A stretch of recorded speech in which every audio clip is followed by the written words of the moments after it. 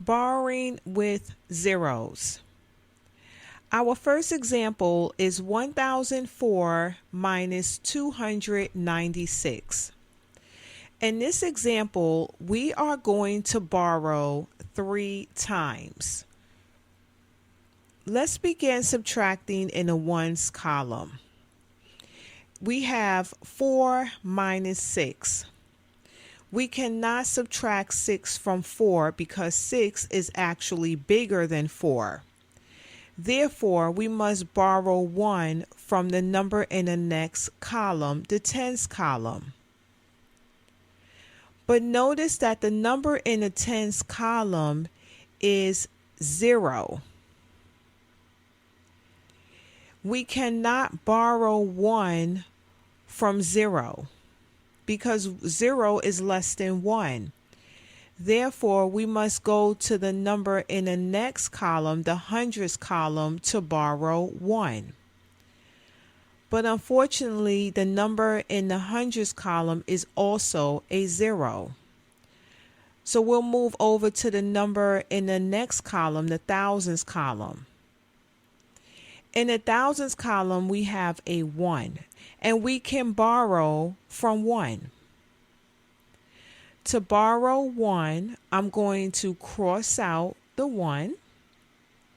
And because we borrowed 1, we are left with 0. And the 0 goes here at the top. And the 1 we just borrowed goes here over the 0. And that will now give us 10.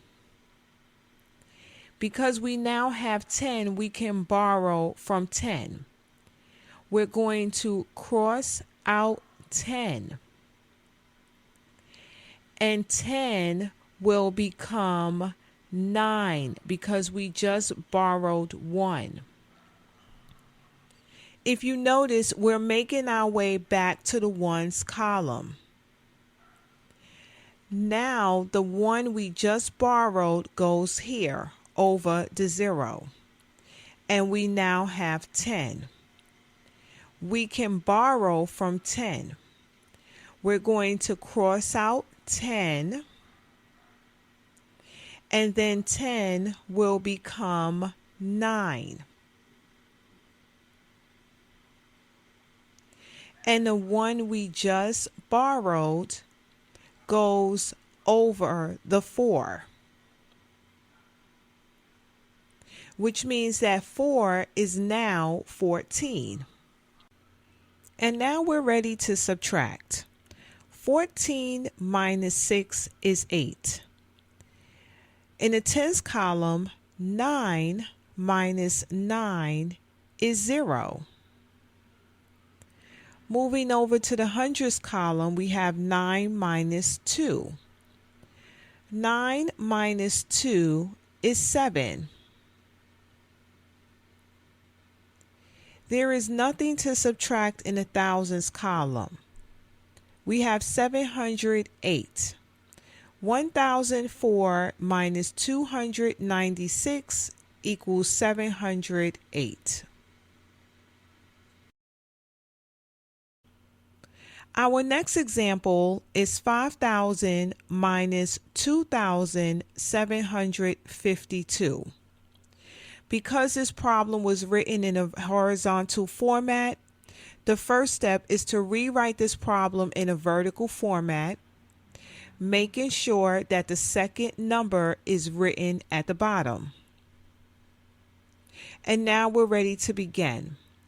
Let's start subtracting in the ones column. We have 0 minus 2. We cannot subtract 2 from 0. Therefore, we must first borrow 1 from the number in the next column over, the tens column. But notice that that number is 0. We cannot borrow 1 from that number. So we have to move over to the number in the next column, the hundreds column.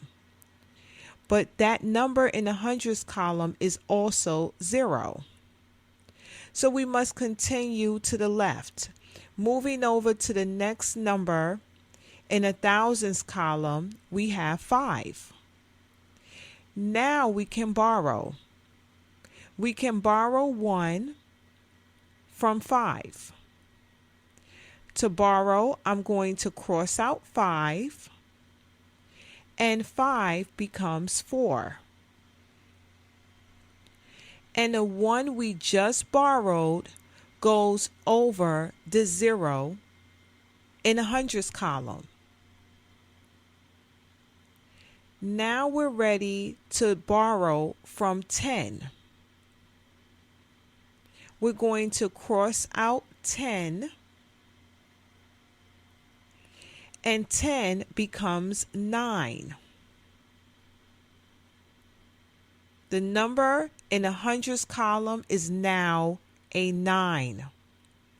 And the 1 we just borrowed goes over the 0 in the tens column. That 0 is now 10. And now we can borrow from 10.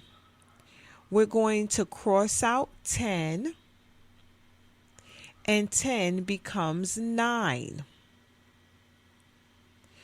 And the 1 we just borrowed goes over the 0. 0 is now 10.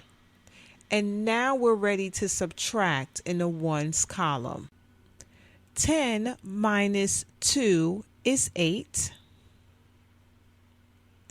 9 minus 5 is 4.